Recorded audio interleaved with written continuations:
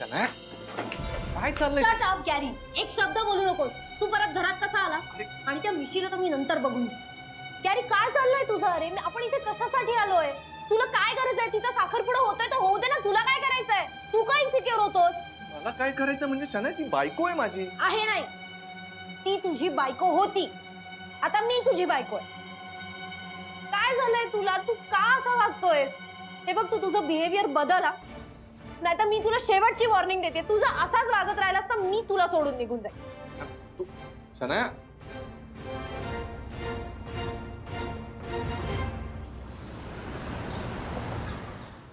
Mamma तू बंद कर का टीव्ही. चल कॉफी आणली आहे, मस्त गप्पा मारूया. चल. हे काय चाललंय काय तुझं? आता एवढं खाऊन आल्यावर पुन्हा कॉफी? सवय लागली का आता? चल ये ना. हे तुम्हाला सांगतोस? माझीच तर सवय लागली तुला.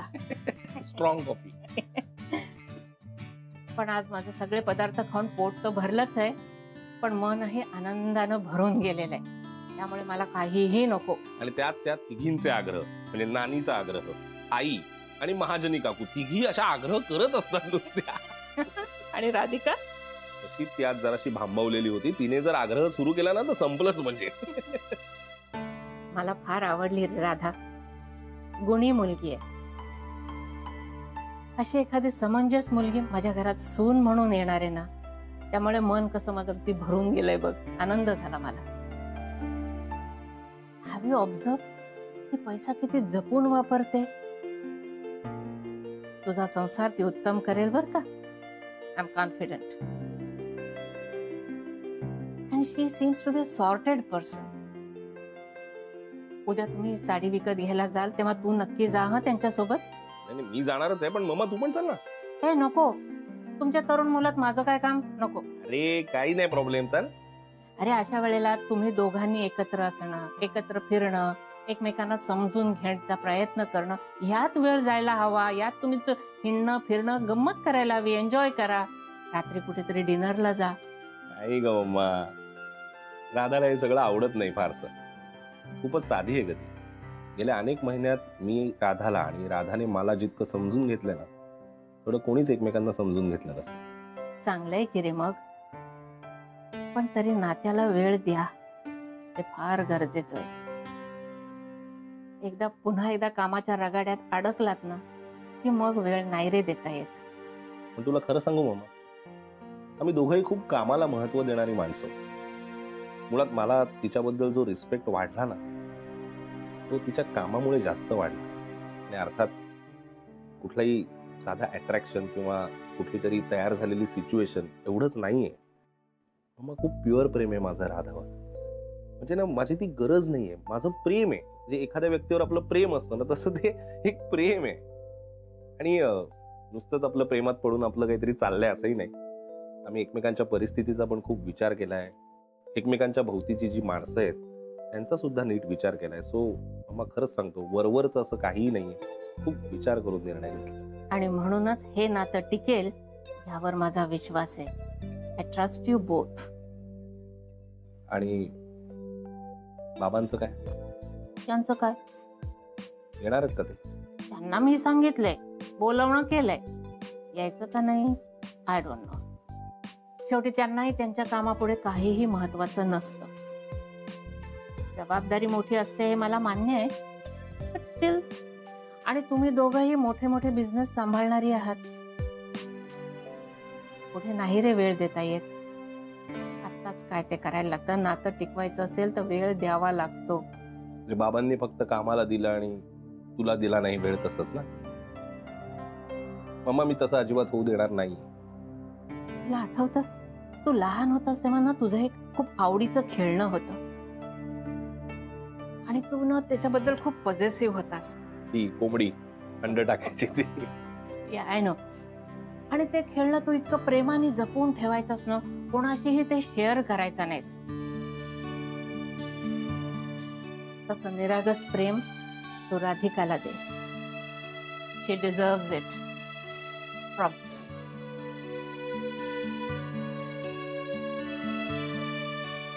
प्रॉमिस.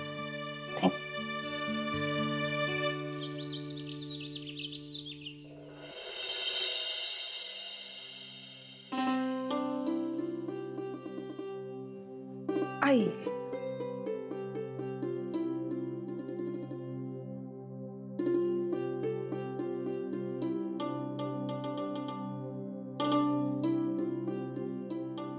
काय हं?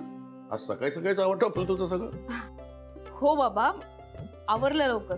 अथर्वचा प्रोजेक्ट करायचा होता ना, म्हणून जरा सकाळी उठून त्याच्या जवळ बसले होते. बाई बाई, आजकाल थोडी मोठे प्रोजेक्ट देतात नाही शाळेतले. एवढे मोठी असताना पोरं करतच नाहीत, आई बापच करतात सगळं. हो ना आई, पण पा आपल्या अथर्वचं तसं नाही. त्यांनी स्वतः इंटरेस्ट घेतला, स्वतः केला प्रोजेक्ट. फक्त काही अडचण आली तर मला विचारायचा, म्हणून त्याच्याबरोबर बसले होते. खरं आहे, नंतर मुलंही अर्धवटच निघतात. खरं सांगायचं ना तर ही सिस्टमच बदलायला हवी. बदलेल. कुठे आहे कुठे? नेहाकडे गेलाय प्रोजेक्ट दाखवायला. पाहता का नाही, सकाळ होते ना होते तोच कधी उठ सुट्ट्या नेहाकडे न्या. हा भाई, यांचं केवढं प्रेम पहा बरं एकमेकांवर, नुसते जीव लावते. खरंय. पाक दिला बडे पोट्ट पा. आणि आई मला नेहमी सांगत असतो ना, इडली दे वडा दे, ते बहुतेक नेहाला आवडतं म्हणूनच. त्यांची निरागस मैत्रीच आपल्याला खूप काही शिकवून जाते राधिका. पण आपल्यासारखं मोठं झाल्यावर कुठे असं वागता येतं? खरंय. बरं आई, स्वयंपाक करून ठेवलाय. म्हणजे पोळ्या झालेल्या आहेत, कोशिंबीर झालेली आहे, वरण झालंय, फक्त भाजी तेवढी राहिली आहे, तेवढी तुम्ही करा. आणि कुकरची सुद्धा सगळी तयारी करून ठेवली आहे. जेवायला बसताना गरमागरम भात लावून घ्या. करते सगळं करते. राधिका, जरा यातून आता बाजूला हो बरं. का म्हणजे का? लग्न झाल्यावर सासरी गेल्यानंतर तू इथे येणार आहे का रोज स्वयंपाक करायला? वेळ आहे अजून नागपूरला जायला. बरं ते जाऊ दे. आज शॉपिंगला जाणार ना राधिका तुम्ही? तुमचं म्हणजे काय? तुम्ही पण चला ना बाबा. मी कशाला? मी काय करणार बाबा, तिथे 2-3 तास बसणं मला जमणार नाही. अजिबात पेशन्स नाही माझ्यात. तुम्ही जा, शॉपिंग करा तुमच्या मर्जीनं. आमचा वेगळा प्रोग्राम आहे. कसला प्रोग्राम? अगं नानासाहेबांकडे जाणार आहे. आम्ही सगळे बसून ठरवणार आहे, म्हणजे साखरपुड्याचं काय करायचं काय नाही वगैरे वगैरे. अथर्वसाठी घेशील बरं आधी? अर्थात आई, अथर्वची खरेदी आधी, मग आमची खरेदी. एक मिनिट. Hello ma'am. बर, ठीक आहे. मग आत्ताच येते. ओके, निघते. काय ग? काही नाही बाबा, ऑफिसला जाण्याआधी एक महत्वाचं काम आहे, ते करते. मला लगेच निघायला लागेल. येते आई. चल सावकाश. हो.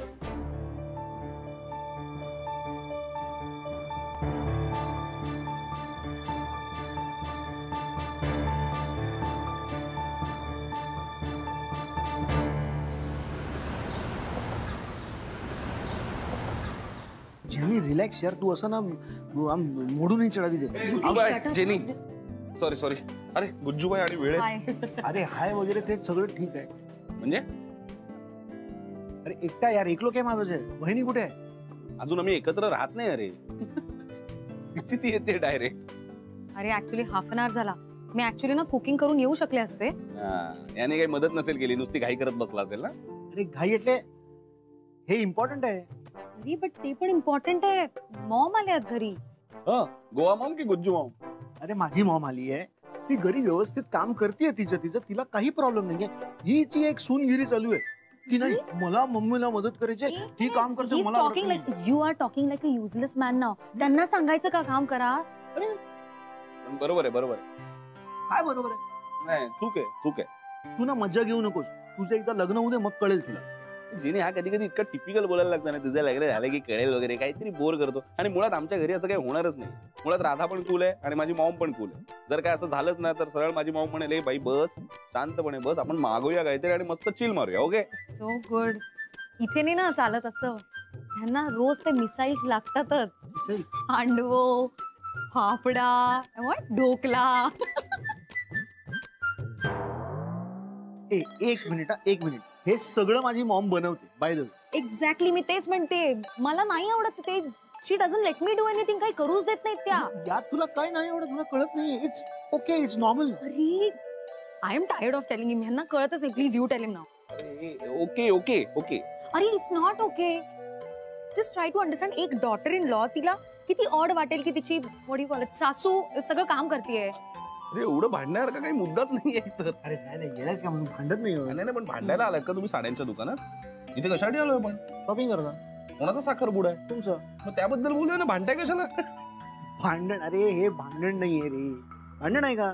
Come on smile. हे बघ असं. हर शादीशुदा कपल में ऐसा एक नोकझोक चलता रहता है रे. वो भी एक रोमांस का पार्ट है. It's love story. ओके. उगाचच काहीतरी. राधिका मॅम असताना हे असलं काही होणार नाहीये. Perfect perfect. हे पण राधा आहे कुठे यार? कधी उशीर होत नाही तिला. हो. अरे मी फोन लावत होता ना, फोन पण लागत नाहीये. यायला पाहिजे आतापर्यंत खरं तर. तू ऍड्रेस बरोबर दिलास ना? नाहीतर एक काम कर ना, लोकेशन पाठव ना सेफ साईड. वहिनी कुठल्या टेन्शन मध्ये नाहीये ना?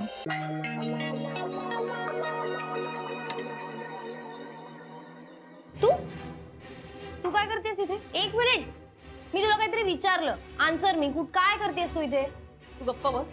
मी यांना भेटायला आली आणि जोपर्यंत माझं बोलणं पूर्ण होत नाही तोपर्यंत तुम्हीही काही बोलू नका. तुम्ही मला म्हणालात ना मी अजूनही तुमची लिगली बायको आहे म्हणून, त्याचं उत्तर द्यायला आलीये मी.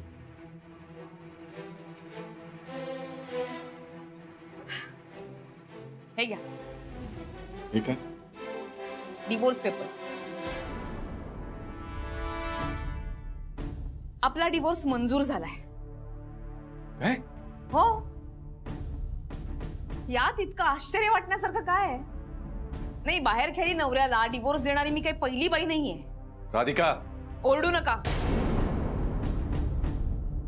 तुम्हालाच डिवोर्स हवा होता ना? दिलाय. हे घ्या. अगं पण मी आता कुठे त्याचं काय, म्हणजे आता काही त्याचं. आता काय? खरं खोटं कधीच झालं होतं. कोर्टानं मुदत सुद्धा दिली होती. आता ती मुदत संपली सुद्धा. म्हणूनच वन पार्टी डिवोर्स साठी अप्लाय केलं आणि आपल्याला डिवोर्स मिळालाय. तुमच्या माझ्या नात्यामध्ये जो शेवटचा दोर होता ना, तोही कापला गेलाय आता. Are you serious? तुमचा डिवोर्स झाला? हो, झालाय. आणि त्याचेच हे पेपर्स. घे ना. ते त्यारी का असं करतोस तू? आपल्याला हेच हवं होतं ना. आता मी तुझी लिगली बायको होऊ शकते. Take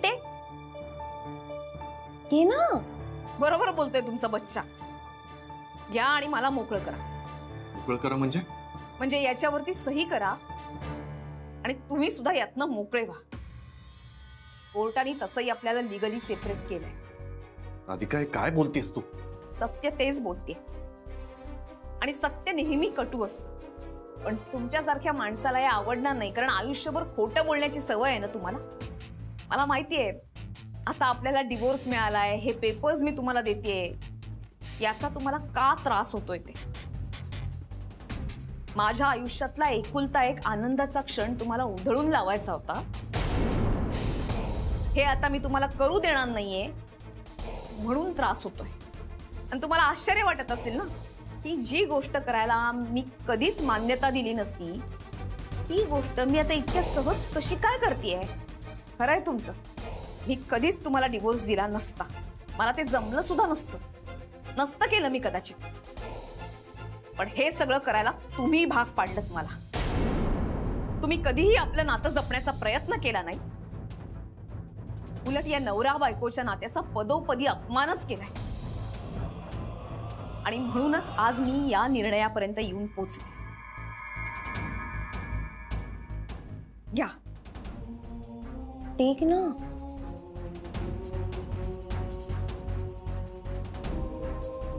give.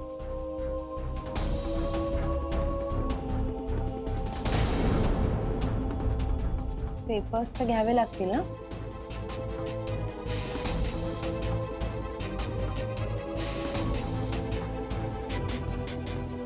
राधिका,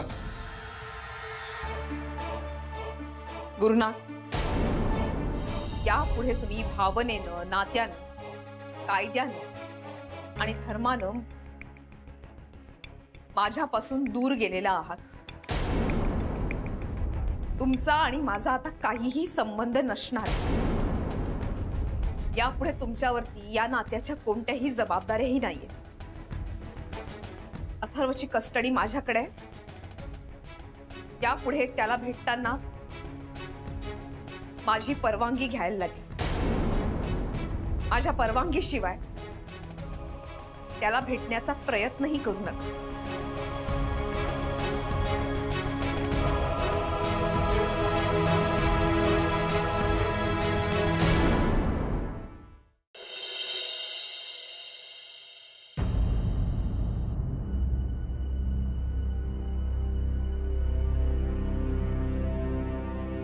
आओ, कशी दिसून राहिली मी? ही काय अशी पद्धत राहते का भेट द्यायची?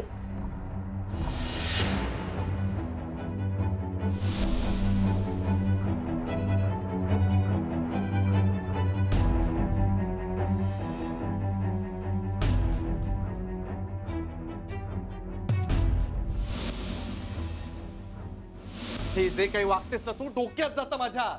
नाही वाटत मला काही तुझ्याबद्दल, आणि म्हणूनच मी तुम्ही दुसऱ्या मुलीच्या प्रेमात पडले. तुम्ही प्रेम केलं होतं ना माझ्यावर. तुम्ही मागणी घातली होती मला. हे सगळं जुनं नको हा उघडत बसूस. झालं, जमाना गेला तो. 8 वर्ष झाली त्याला. तू अजूनही त्याच काळात जगतेस राधिका. जग कुठे निघून गेले आणि अजूनही तू त्या सगळ्या जुन्या बुरसटलेल्या गोष्टींमध्येच अडकून पडलीस. मी खरंच नाही का आवडत तुम्हाला? स्पष्ट सांगायचं तर तू मला अजिबात आवडत नाही.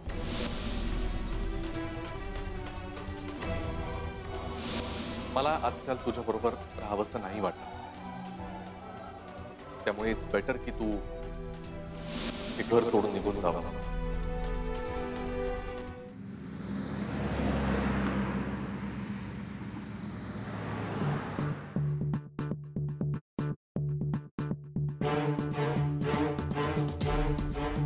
फोन लागला का? फोन लागला असता तर सांगितलं असतं ना तुला. असा एकटाच का फोन कडे बघत बसेल? हळूहळू अरे चिडचिड. मॅम असं कधीच करत नाही. लेट होणार होतं तर त्यांनी इन्फॉर्म केलं असतं. काय माहित काय प्रॉब्लेम झाला तर कसं कळणार? ते कळलं तर आपण डिरेक्टली घरी गेलो असतो. पण आता काय प्रॉब्लेम असणार आहे? चिडू नको प्लीज.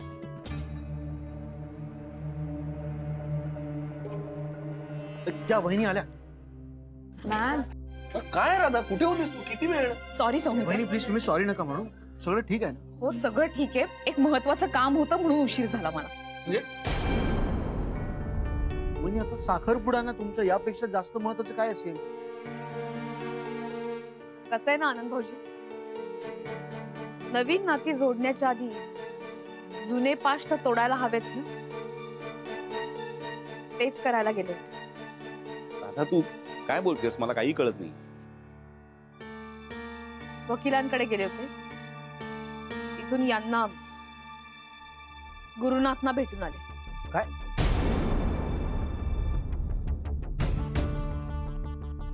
पण का?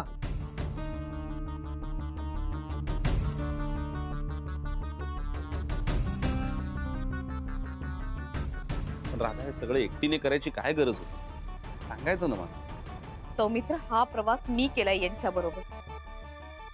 तो संपवणं माझ्याच हाती होतं ना. आणि आपल्या भविष्यावरती या सगळ्याचा परिणाम व्हायला नकोय मला. तो तसाही नसता झाला राधा. तर ते राहू दे. तू आता काळजी करू नकोस. तू ठीक आहेस ना? हो, मी डिवोर्स पेपर घेऊन यांच्याकडे गेले. यांना दिलेत ते. आता ते नातं लिगली संपलंय.